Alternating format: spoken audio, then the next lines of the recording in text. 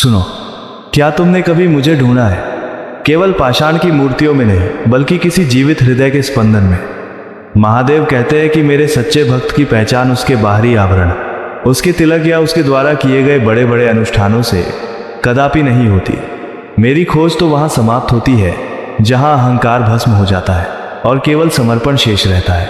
मेरे प्रिय भक्त का सबसे बड़ा प्रमाण उसकी वाणी है, जिसमें सत्य की शक्ति तो हो, परंतु वह इतनी कोमल हो कि किसी के घावों पर मरहम बन जाए। विनम्रता ही उसका एकमात्र आभूषण होता है।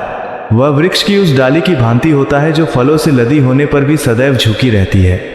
जब संसार उसे पीड़ा दे और प्रत्युत्तर में वह केवल दया और प्रेम लुटाए, तो समझ लेना कि उसने मुझे पा लिया है। उसके भीतर एक अद्भुत शांति होगी, एक ऐसा ठहराव जो जीवन के भयंकर तूफानों में भी अखंड दीपक की भांति स्थिर रहे। उसकी भक्ति कोई व्यापार नहीं, वह पूर्णता निस्वार्थ है। वह मुझसे सुख नहीं मांगता, वह तो दुख में भी मेरा स्मरण करता है। और यदि तुम वास्तव में मेरे दर्शन करना चाहते हो, तो ऐसे भक्त की आंखों में झांक कर देखना। उन आंखों में तुम्हें संसार का लोभ नहीं, बल्कि करुणा का सागर दिखेगा।